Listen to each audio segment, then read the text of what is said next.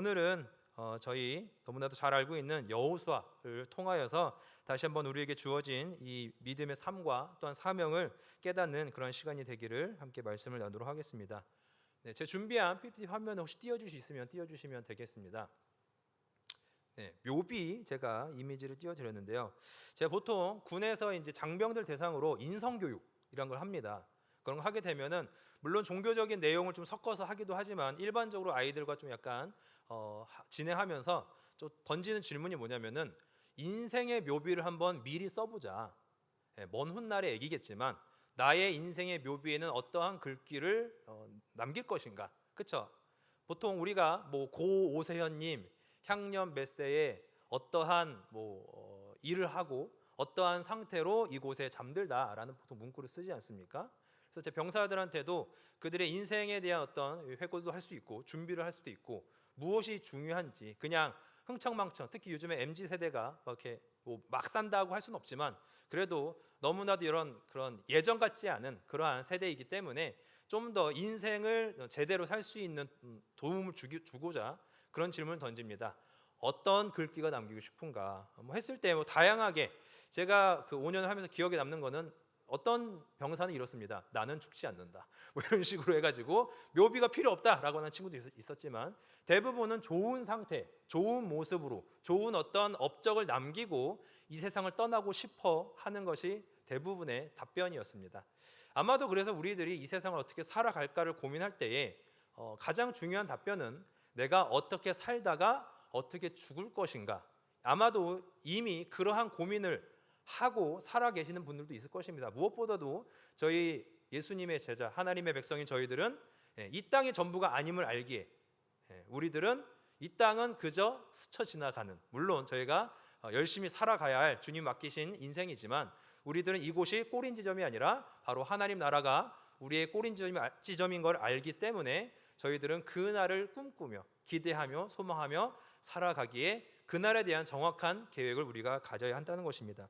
저 개인적으로도 어떻게 살아야 할까 할 때에 그래도 오세현이라는 어떤 이름이 크게 유명세를 떨치는 것은 아마 불가능할 것 같습니다. 저도 저를 너무 잘 알기 때문에 제가 그렇게 능력이 있거나 또 그런 어떤 이런 뭔가 이런 숨은 무언가가 그렇게 있는 건 아니라는 걸 제가 알기 때문에 그렇더라도 마지막 때에 제가 어떠한 그래도 사람들에게 영향력을 끼쳤는가, 좀 그러한 좀 말을 하면 좋지 않을까 생각을 하면서 쭉 성경을 보다 보니까 오늘 우리가 함께 읽은 이 여호수아가 정말 인생의 마지막에 너무나도 멋진 말을 남기고 그 인생을 마무리하지 않았을까 싶습니다. 특히 이 24장에 이 말을 남길 때가 여호수아는 알고 있습니다. 내가 이제 얼마 안 남았다라는 걸 알고 있고, 특히 이어지는 24장에 넘어가게 되면은 이 일 후에 자신이 정말 최후를 맞이하는 것이 성경에 기록되고 있습니다. 그가 남긴 유명한 말이 무엇입니까? 24장 15절 말씀에 만일 여호와를 섬기는 것이 너희에게 좋지 않게 보이거든 너희 조상들이 강 저쪽에서 섬기던 신들이든지 또는 너희가 거주하는 땅에 있는 아모리 족속의 신들이든지 너희가 섬길 자를 오늘 택하라. 오직 나와 내 집은 여호와를 섬기겠노라 라고 여호수아는 자신 있게 어떤 소신을 가지고 이렇게 고백을 하고 당부를 하는 것을 우리가 보게 됩니다. 저는 그러면서 과연 여호수아는 어떻게 했기에 어떻게 이렇게 멋진 말을 남길 수 있을까? 그 비결은 무엇일까? 이것이 순간적인 애드리브로 할 수 있는 건 분명히 아니었을 것입니다.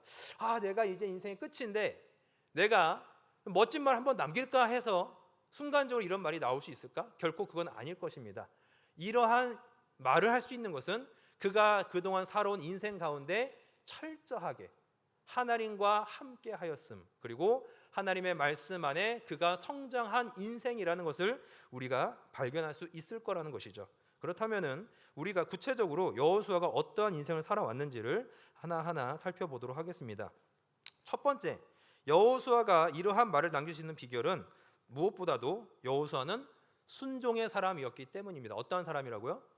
순종의 사람이었다. 순종의 사람이었다고 우리가 보게 됩니다. 출애굽기 17장 9절 말씀, 우리 본문을 띄워주시면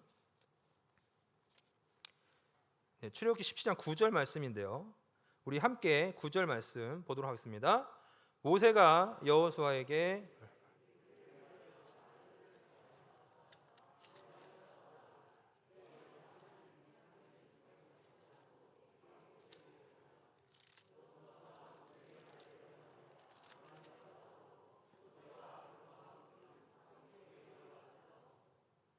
네.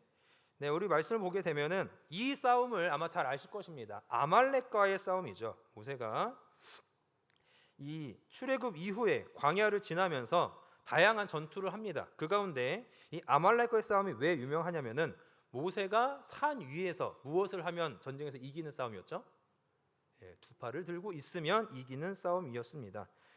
이 싸움을 우리가 보게 되면은 아마도 주인공 그리고 이 싸움의 승패를 쥐고 있는 것은 모세입니다. 그렇기 때문에 이거는 모세가 주인공인 싸움이라고 할 수 있는데 제가 준비한 이미지를 보게 되면은 이 프랑스의 화가인 니콜라스 푸산이 이 그린 그림에 이러한 제목의 작품입니다. Joshua's Victory of the Amorite라고 되어 있습니다. 이거는 조슈아의 빅토리, 여호수아의 승리라는 작품입니다. 전 생각하면 이 본문에 있어서 싸움에 이기고 지는 것은 누구에게 달려 있는 겁니까? 모세입니다. 근데 왜 유난히 이 화가는 이러한 주인공을 여호수아로 하는 작품을 그렸을까? 네, 그림을 보시게 되면은 위편의 산 위에 우리 모세 옆에 아론과 훌은 사실은 작게 그려놨고 그 다음에 여호수아는 백마탄 인물이라고 제가 찾아봤습니다. 백마탄 인물이 여호수아일 것이다라고 합니다. 그래서 아무래도 이 니콜라스 푸신이라는 이 화가는 이 싸움에 있어서 중요한 것은 물론 모세이지만 아무래도 여기서 가장 우리가 주목해야 할 것은 여호수아였지 않을까 싶습니다.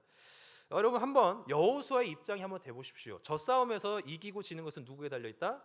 모세, 자기의 이 주인인 모세에게 달려 있는데 과연 저 전투를 참여하는 이 여호수아의 마음은 어떠했을까요? 물론 산전수전 공중전을 겪어왔던 여호수아였기 때문에 모세의 이 싸움, 특히 하나님이 함께하시는 이 전쟁에 있어서는 무조건 이긴다는 것을 알고 있습니다. 하지만 그 싸움에 있어서도 여전히 필요한 건 무엇입니까? 하나님이 정말 우리와 함께하시는가? 하나님께서 우리에게 승리를 주시는가라는 어떤 믿음의 어떤 그런 시험이 있다는 것이죠. 특히 이 그림에서 아까 제가 보여드렸지만 모세는 지금 어디에 있습니까? 한창 이 피가 튀고 있는 이 전쟁의 최전선이 아니라 약간 후방 또는 외곽 지역인 산 위에 있습니다. 사실상 제가 여러분들 다 아마 군생활 해보신 분들도 있겠지만 이 싸움을 할 때 모세의 위치는 사실은 크게 위험하지 않은 안전한 곳입니다. 근데 저기에 있는 모세보다도 저 밑에서 싸우고 있는 여호수아를 비롯한 우리 이스라엘 백성들, 특히 전투를 벌이고 있는 그들에 있어서는 우리가 열심히 싸운다 하더라도 이기는 것이 아니라 저 산 위에 있는 모세가 싸워 팔을 들고 있어야 이기는 싸움이기 때문에 많은 고민이 있을 거예요. 여기서 그냥 내가 뒤에 살짝 빠질까? 내가 여기 굳이 이렇게 열심히 안 싸워도 그냥 모세 우리 주인이 위에서 팔만 들고 있으면 이길 수 있는 싸움인데 굳이 내가 여기서 열정적으로 무언가를 할 필요가 있을까라고 저도 어렴풋이 그런 생각을 해본 적도 있습니다. 하지만 우리가 알아야 할 것은 무엇입니까? 여호수아가 지금까지 거쳐오면서 그는 경험을 했습니다. 모세와 함께 하시는 하나님, 특히 모세가 출애굽에서부터 이 광야의 여정을 지나는 동안에 있어서 결코 쉽지 않은, 특히 모세가 우리가 되게 위대한 인물로 알고 있지만 실제로 그 출애굽 여정을 쭉 들여다보면 모세 역시도 크게 다를 바 없는 연약한, 항상 어떤 그런 위기와 어려움이 도사리고 있는 그러한 인생을 살았던 인물이었다는 것이죠. 근데 그런 모세를 어떻게 하나님께서 함께 하셨는가를 우리 알고 있는 여호수아였기 때문에 그 모든 싸움 가운데 있어서도 요령을 피우거나 또는 다른 생각을 하지 않고 순수히 그 전투에 참여할 수 있었다는 것이죠. 뿐만 아니라 여호수아는 이 외에도 등장하는 모든 그 출애굽의 어떤 내용에 있어서 항상 여호수아 옆에서 자신의 주어진 사명을 잘 감당했던 것을 보게 됩니다. 그만큼 중요한 것은 무엇입니까? 우리가 무언가를 할 때 항상 우리들은 계산을 하는 게 필요합니다. 이것이 과연 옳은가 또는 이것이 나에게 어떠한 유익이 있는가 사실 계산할 수 있습니다. 물론 일반적으로 살아갈 때에는 그것을 하지 않는 것은 어떻게 보면은 부자연스러운 것이고 오히려 문제가 될 수 있는 것이죠. 하지만 우리가 하나님이 명령하신, 또 하나님이 우리에게 주신 사명이 있어서는 어떠한 계산보다는 무엇이 필요합니까? 하나님 그분에 대한 절대적인 믿음, 그리고 그분이 나에게 맡긴 사명이라고 하면은 그분이 무엇을 원하시는가? 바로 순종이라는 것이죠. 그래서 우리가 첫 번째로 살펴봤던 대로 여호수아에 있어서 이러한 순종하는 모습이 우리들에게도 필요한 줄로 믿습니다. 우리가 여호수아의 어떤 이러한 순종을 보게 되더라도 동일하게 떠오르는 인물이 있습니다. 바로 다윗입니다. 다른 또 우리 두 번째 이미지 보여주면, 다윗에게 있어서도 사실은 저 골리앗과의 싸움이 되게 우리에게 기억이 되는, 그리고 우리가 그렇게 자랑할 수 있는 그러한 유명한 전투입니다. 그러한 골리앗과 싸움이 있어서도 사실은 다윗은 무엇 때문에 이긴 것입니까? 그가 평소에 연마했던 돌팔매질이 재수 좋게 급소를 골리앗에게 때려서 이기게 된 것입니까? 아닙니다. 그 모든 것에 있어서도 다윗은 자신에게 주어진 작은 일, 또 자신이 해야 할 주어진 사명, 그것에 있어서 순종하는 그러한 지난 날의 삶이 있었기 때문에 다윗의 유명한 승리가 우리에게 이렇게 회자가 되는 것입니다. 실제로 저 전투에 있어서도 다윗은 왜 저 싸움에 참여하게 됐습니까? 처음에는 참전에 불리지도 못했죠. 형들이, 모세의 형들이 저 블레셋과의 싸움이 들어갔을 때에 아버지의 심부름이죠. 도시락 배달을 하러 갔다가 그는 무엇을 보게 됩니까? 하나님을 모욕하는 저 골리앗이라는 장수를 보게 되고, 그저 어떠한 마음인 거예요? 순수하게, 아니 저 장수는 누구인데 만군의 여호와 하나님, 만왕의 왕이신 하나님을 욕하고 있는가? 다른 거 계산하지 않았죠. 그저 하나님이 이름이 욕되어지는 것을 참을 수 없었던 다윗이었기 때문에, 그러한 가운데 그는 그러한 의로운 분을 가지고 나아갈 수 있었던 것이고, 그 모든 과정이 또 있지만 결국에는 우리에게 그런 승리의 모습으로 우리에게 기억이 되고 있는 것입니다. 그리고 궁극적으로 우리가 기억해야 할, 우리의 모델 삼아야 할 순종의 이 사람, 순종의 모델은 누구입니까? 바로 우리 예수님이십니다. 예수님께서도 우리가 이 시대에 우리가 말씀을 통해서 볼 때에는 하나님의 아들이시요 메시아이기 때문에 우리가 그분을 주인공으로 우리가 생각할 수 있지만, 그 당시만 하더라도 예수님은 자신의 어떤 인생을 살았기보다는 공생의 전부가 다 아버지의 뜻을 이루기 위하여, 물론 사생애까지, 그 전의 과정까지도 철저하게 어떻게 보면 하나님의 자녀로서, 하나님의 아들로서 그 주어진 메시아의 사명을 감당하기 위해서 그는 살았다는 것이죠. 그리고 그 모든 상황 가운데 우리가 기억할 것은 무엇입니까? 순종의 결과 그 모든 고통과 그 모든 시련을 이겨내시고 또한 십자가의 죽음까지 다 받아내실 수 있었다는 것이죠. 우리에게 있어서 중요한 것은 무엇입니까? 우리가 비록 지금 살아가는 인생이, 나의 모습이 그렇게 빛나고 높고 화려한 것은 아니다 하더라도 주님이 주신 것이라면, 또한 주님이 나에게 허락하신 것이라면은 우리가 순종할 때 바로 우리 주님께서 우리를 높여 주실 줄 믿으시길 바랍니다. 또한 우리 가운데 그것을 할 수 있는 힘을 주시고요, 또한 그것을 감당하는 가운데 무엇보다도 우리가 가장 복된 인생, 가장 우리가 감사할 수 있는 기쁨의 인생을 살아가게 하시는 줄 믿으시기를 바랍니다. 두 번째로 여호수아는 어떠한 사람이었는가? 바로 하나님의 영이 머무는 사람이었습니다. 어떠한 사람이라고요? 하나님의 영이 머무는 사람이었다. 보통 우리가 여호수아 하면은 여호수아에게 있어서 기억되는 사건은 무엇입니까? 방금 봤던 어떤 그런 이 아말렉과의 싸움도 있겠지만, 좀 더 우리가 여호수아를 많이 다루는 내용은 정탐, 가나안 땅 정탐 사건입니다. 그렇죠? 가나안 땅을 앞에 두고 모세가 지파마다 대표를 한 명씩 정해가지고 정탐을 하게 됩니다. 근데 그 정탐하는 과정 가운데 12명 중에 10명이죠. 10명은 어떠한 정탐복을 하냐면 그곳에 좋은 열매, 풍족한 땅이라는 것을 얘기하지만 그들에게 있어서 우리는 어떤 존재다? 메뚜기와 같다라고 정탐복을 하면서, 잘못 왔습니다 모세시오, 우리 돌아가야 됩니다 라고 얘기하면서 되게 부정적인 얘기를 한 것이고요. 반대로 10명 중에 2명, 12명 중에 2명이죠. 누구죠? 갈렙과 여호수아, 이 두 명은 그들은 우리의 밥입니다라고 하면서 보통 예전에는 긍정적인 정탐 보고를 했다라고 해서 우리에게 필요한 어떤 그런 긍정적인 사고에 대한 얘기를 하게 됩니다. 하지만 우리 믿음의 사람이 있어서는 사실 단순한 우리가 긍정적인 사고, 긍정적인 어떤 삶, 그것을 추구하는 것이 전부가 아닌 줄로 압니다. 단순한 그런 도덕적인, 윤리적인 그러한 노력보다는 우리들은 그 속에서도 그 긍정적인 삶을 가능케 하시는 분이 누구이신가? 긍정적인 말을 하고 긍정적인 행동을 하게 하시는 원동력이 되시는 것은 무엇인가? 바로 무엇입니까? 믿음입니다. 믿음이 없이는 결코 우리들이 이 세상 가운데 어떠한 긍정적인 삶과 어떤 인생을 누릴 수 없다는 것이죠.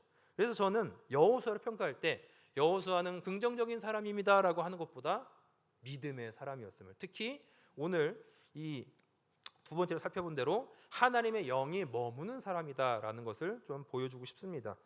하나님의 영이 머문다는 것은 무엇입니까? 보통 우리가 성령 충만이라고 얘기를 합니다. 아무래도 우리 이 한광교회, 제가 아마도 거의 그래도 1년여 경험을 했기 때문에 항상 성령 충만한 교회인 줄로 믿습니다. 제가 기억하는 것은 뜨거웠던 금요 기도회와 모든 예배가 다 은혜로웠지만 정말 금요 기도회는 제가 항상 저도 도전받고 저도 은혜 충만했던 그런 예배로 기억이 됩니다.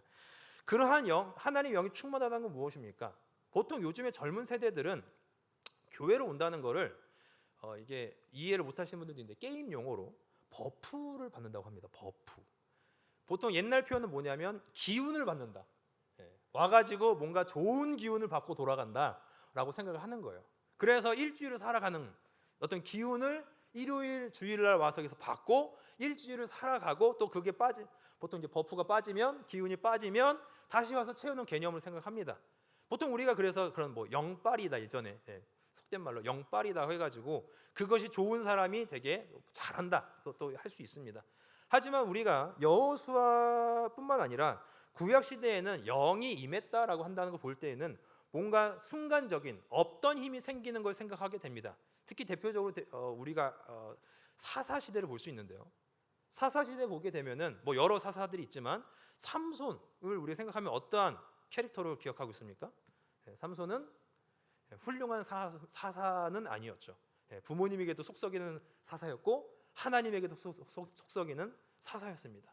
그러한 이 삼손에게 있어서 언제 위대한 일이 일어나냐면 하나님의 영이 임했을 때에 사자 입을 찢어버리는 염소 새끼를 찢듯이 사자 입을 찢어버리는 어떤 일도 벌어지고요. 마지막에 블레셋의 신전에서도 기둥을 무너뜨려 가지고 생전보다 더 많은 이 이방 사제들을 죽이는 그러한 일들을 또 하기도 합니다.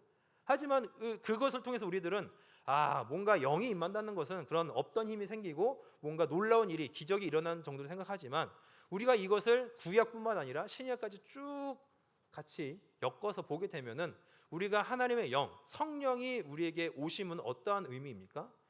요한복음 14장부터 보게 되면은 그곳에서도 우리가 이 세상을 살아갈 때에 비록 예수님은 우리를 떠나 하나님 보좌 우편으로 가시지만 누가 오시죠?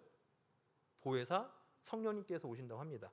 그리고 순간적으로 오시는 것이 아니라 우리와 함께 하신다. 샤켄하시는 하나님, 우리와 함께 하시는 임마누엘의 하나님으로서 우리를 고와 같이 두지 아니하시고 우리와 함께 하신다는 것은 어떤 것이냐면은 구체적으로 이 요한복음에서는 어떠한 사역을 하시는가? 가르치고 기억하게 하시는 사역. 어떤 사역이요? 가르치고 기억하게 하신다. 그냥 우리가 보통 영적이라고 한다면은 순간적으로 뭔가 이런 힘이 생기는 것이라고 생각할 수 있지만 아니죠.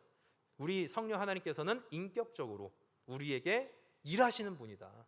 가르치시고 우리에게 기억하게 하신다. 그럼 무엇을 가르쳐 주십니까? 주님이 하신, 예수님께서 해주신 그 하나님의 뜻, 하나님 나라의 그 비밀을 계속해서 우리가 알 수 있고 기억할 수 있게 해주신다는 것이죠. 어떻게 보면은 우리가 하나님의 영이 우리와 머문다는 것은 어떠한 의미냐면 그 말씀, 하나님이 주신 그 말씀이 계속해서 믿어지고 그것이 우리에게 새겨지는 그러한 역사가 일어나게 된다는 것입니다.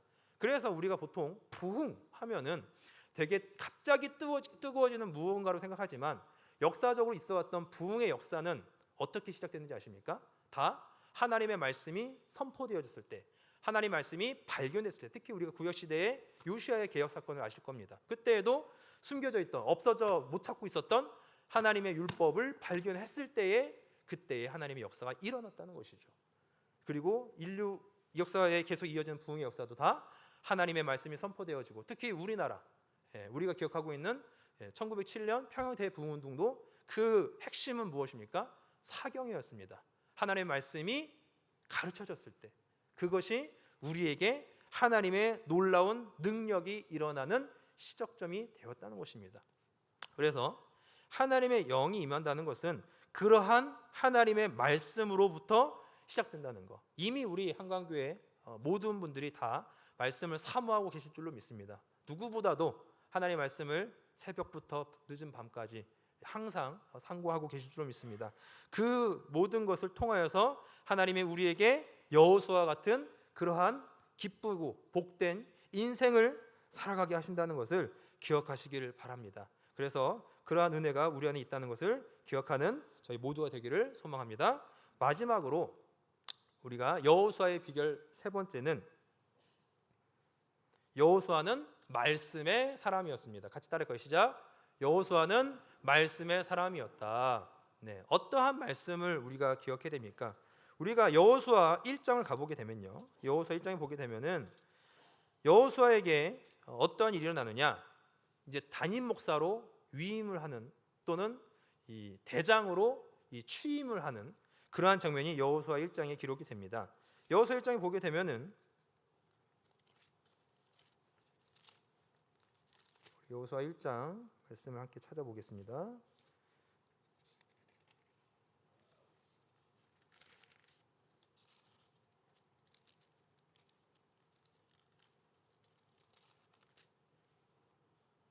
네, 6절부터 우리 보게 되면은 우리 6절, 7절, 8절을 같이 보겠습니다. 시작. 강하고 담대하라. 너는 내가 그들의 조상에게 맹세하여 그들에게 주리라 한 땅을 이 백성에게 차지하게 하리라. 오직 강하고 극히 담대하여 나의 종 모세가 내게 명령한 그 율법을 다 지켜 행하고 우로나 좌로나 치우치지 말라. 그리하면 어디로 가든지 형통하리니 이 율법책을 내 입에서 떠나지 말게 하며 주야로 그것을 묵상하여 그 안에 기록된 대로 다 지켜 행하라. 그리하면 내 길이 평탄하게 될 것이며 내가 형통하리라. 아멘. 네, 너무나도 또 유명한 말씀입니다. 이 말씀 가운데 여러분 한번 여호수아의 심경이 어떠한지 한번 들여다 보십시오. 하나님께서는 왜 지금 이제 모세의 수종자에서 하나님의 수종자로 어떻게 보면 이제 취임하는 이 여호수아에게 어떻게 보면 이제 그 격려사 또는 이런 이 축사를 하는 어떤 내용이라고 볼 수 있거든요. 어떻게 격려를 하십니까? 보니까 강하고 담대하라. 1차적으로 여호수아가 지금 이 순간에 있어서도 어떠한 심경이었냐면, 저는 아마 두려워 떨고 있었을 것이다. 속된 말로는 좀 약간 쫄아 있는 상태다라는 것이죠. 그렇기 때문에 하나님께서는 그 중심을 아시는 하나님께서는 강하고 담대하라. 그동안 산전수전 모든 어떤 이 엘리트 교육 코스를 잘 밟아왔던 여호수아였지만 자신이 또 이 모세의 뒤를 이어서 이 60만의 이스라엘 백성들을 끌고 가나안 정복 전쟁을 벌여야 하는 그러한 상황 가운데 두려워하고 있다는 것이죠. 이것은 정상적인 것입니다. 여호수아가 부족했다기보다는 그 누구도 이러한 상황 가운데 두려워할 수 있다는 것이죠. 하지만 하나님께서는 1차적으로 그에게 무엇을 말씀하십니까? 강하고 담대하라 라고 하면서 내가 너와 함께하겠다. 모세와 함께했던 것처럼 너와 함께하겠다고 하시면서 그 중에 꼽을 수 있는 핵심적인 내용이 무엇입니까? 모세가 내게 명령한 그 율법을 다 지켜 행하고 내게 명령한 그 율법을 다 지켜 행하고 우로나 좌로나 치우치지 말라. 그래야면 어디로 가든지 형통하겠다. 율법책을 네 입에서 떠나지 말게 하며 주여로 그것을 묵상하라. 그 안에 기록된 대로 다 지켜 행하라. 그래야면 내 길이 평탄하게 될 것이며 내가 형통하리라. 여러분, 이 말씀을 보게 되면서 이 말씀을 들을 때 여호수아의 어떤 심경도 어떠할까? 저는 사실 지금 여호수아의 수준은 사실은 그렇게 어떤 이 낮은 계급의 이런 초급 간부가 아닙니다. 좀 약간 고참이라는 것이죠. 제가 사진을 준비했는데 여러분 허준희 교수를 아십니까? 허준희 교수라고 이번에 필즈상이라고 수학자로서 받을 수 있는 영광스러운 그런 상을 받은 분입니다. 근데 이런 엘리트인 이 교수님에게 지금 하나님께서 어떤 말을 하는 정도냐면요, 넘겨주시면 이 공통 수학의 정서, 수학의 정서 보통 여러분들 학창 시절에 저와 같은 이 비슷한 시기라면 저도 저걸로 공부를 했거든요. 저 책으로 공부를 했는데 지금 저렇게 고수의 반열에 있는 사람에게 이 책을 항상 가까이 하고 계속해서 봐라, 마치 어떤 기초 이론과 실제의 책을 계속해서 들여다보라는 정도의 수준의 말을 하나님께서 하고 계시다는 것이죠. 근데 우리들은 이러한 말씀 가운데 무엇을 알아야 합니까? 하나님의 말씀은 인생의 기초라고 할 수 있지만 단순한 기초가 아니죠. 그것은 무엇입니까? 파운데이션. 베이직이 아니라 파운데이션입니다. 파운데이션은 무엇을 얘기합니까? 인생의 토대가 되는 거예요. 건물을 짓는다면 그 밑에 깔리는 콘크리트 바닥을 의미하는 것입니다. 그것을 제대로 세우지 않고서는 아무리 높은 건물을 짓는다 하더라도 쉽게 이게 흔들리고 무너질 수 있다는 것이죠. 그만큼 우리가 하나님의 말씀에 대한 이러한 사모함과 그것에 대한 분명한 이 이해가 없어서고는 우리가 인생을 살아갈 수 없다는 것입니다. 우리가 보통 교회하면은 교회할 때 교자가 한자로 무엇인지 아십니까? 교회할 때 교자? 네, 잘 알고 계실 것입니다. 보통 우리가 교자니까 사귈 교자 아닐까요? 할 수 있지만 물론 코이노니아의 개념으로 사귐의 역할도 사귐의 내용도 우리 교회 모임 가운데 분명히 있어야 합니다. 하지만 정확한 교자의 한자는 무엇이죠? 가르칠 교자입니다. 가르침이 있는 모임이 우리의 교회라는 것이죠. 그리고 헬라어 단어로는 에클레시아라고 하는데요, 그것은 우리를 특별한 목적으로 부르셨다, 밖으로부터 우리를 불러내셨다, 모으셨다라는 의미라는 것이죠. 여러분들은 그냥 이게 보통의 어떤 이 사병이 아니라 뭐냐면은 거의 특전사예요. 제가 또 군대 용어를 쓰는데 여러분 특별하게 부름을 받았기 때문에 거의 특전사입니다. 특별한 임무를 받기 위해서 이곳에 모였다는 것이죠. 그것은 무엇을 요구합니까? 매일 꾸준히 단련을 해야 되고 훈련을 해야 되고 전술을 이렇게 계속해서 이 연마를 해야 된다는 것이죠. 그렇게 하지 않고서는 우리가 부름에 맞는 사명 역할을 감당할 수 있다 없다? 없다는 것입니다. 그래서 우리가 매주 사실은 어떤 이들은 요즘 젊은 세대 특히 그래요. 교회를 그렇게 자주 가야 합니까? 교회는 왜 이렇게 항상 이렇게 오라고 해요? 불교, 천주교, 특히 저도 이제 군대에서 있다 보니까 이게 삼종교 막 경쟁할 때에는 얼마나 더 이게 신자들을 편하게 해주는가. 병사들 특히 이제 우리 종교 참석하는 병사들을 얼마나 더 놀려주고 얼마나 더 편하게 있다 가는 게로 막 해가지고 인원들 끌어모으거든요. 특히 제가 그 진주 이 교육사령부에 제가 1년 6개월 근무를 했는데 그때도 보이지 않는 이 삼종교의 전쟁이 있었습니다. 얼마나 더 끌어들일까. 예전에는 이 감미품이라고 해서 초코파이 뭐 이런 걸로 많이 이제 더 한 개 더 주고 뭐 그 캔콜라도 어디는 펩시를 주고 어디는 코카콜라를 주고 이렇게 하면서 경쟁을 하면서 막 끌어들이는 어떤 그런 이런 모습들이 있었습니다. 근데 그러면서 항상 저를 지도해 주신 저희 이제 그 선배 담임 목사님 계셨거든요. 선배 담임 목사님이 항상 얘기하는 건 뭐냐면 아무리 우리가 경쟁을 하지만 우리의 중심을 놓쳐서는 안 된다. 무슨 말이냐면 예배는 예배대로 드려라. 물론 천주교 불교는 미사라든지 법회를 온전히 안 드리더라고요.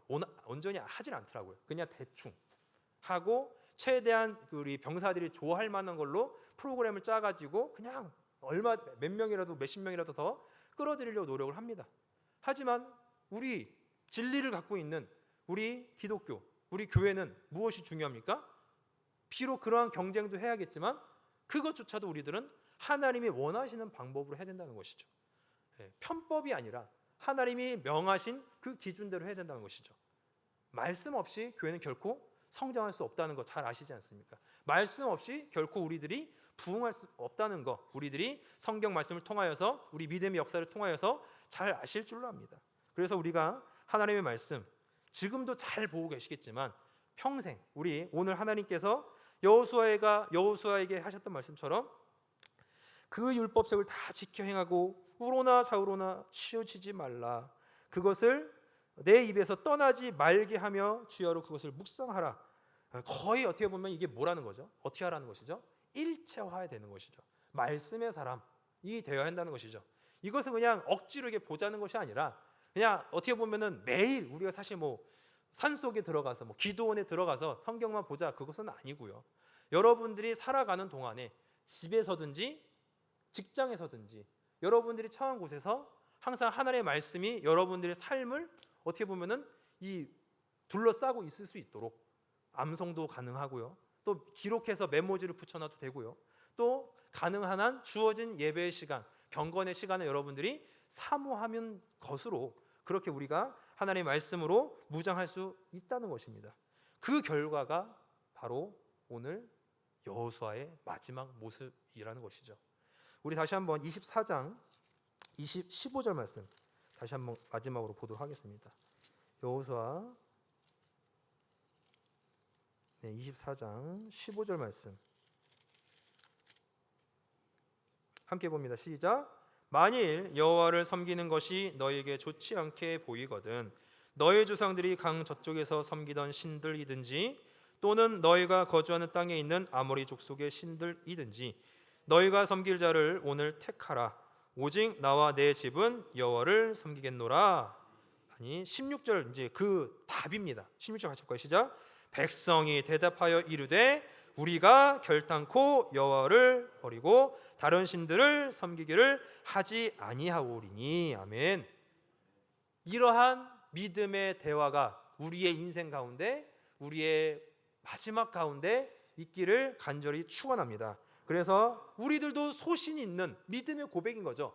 아무리 세상이 우리를 뭐라 하더라도 우리를 조롱하고 비웃는다 하더라도 우리들은 결코 양보할 수 없는, 우리가 결코 포기할 수 없는 진리가 우리 가운데 있기 때문에 이 말씀을 붙잡고 여호수아가 선포했던 것처럼 우리 주님께서 가셨던 것처럼 우리들 순종하며 하나님의 영으로 무장하여서 하나님의 말씀을 붙잡으면서 살아갈 때에 우리 가족들에게 또 우리 이웃들에게 우리 사랑하는 사람들에게 이렇게 하나님을 믿게 하는, 하나님을 보여주는 복된 인생이 되시기를 주님의 이름으로 간절히 축원합니다.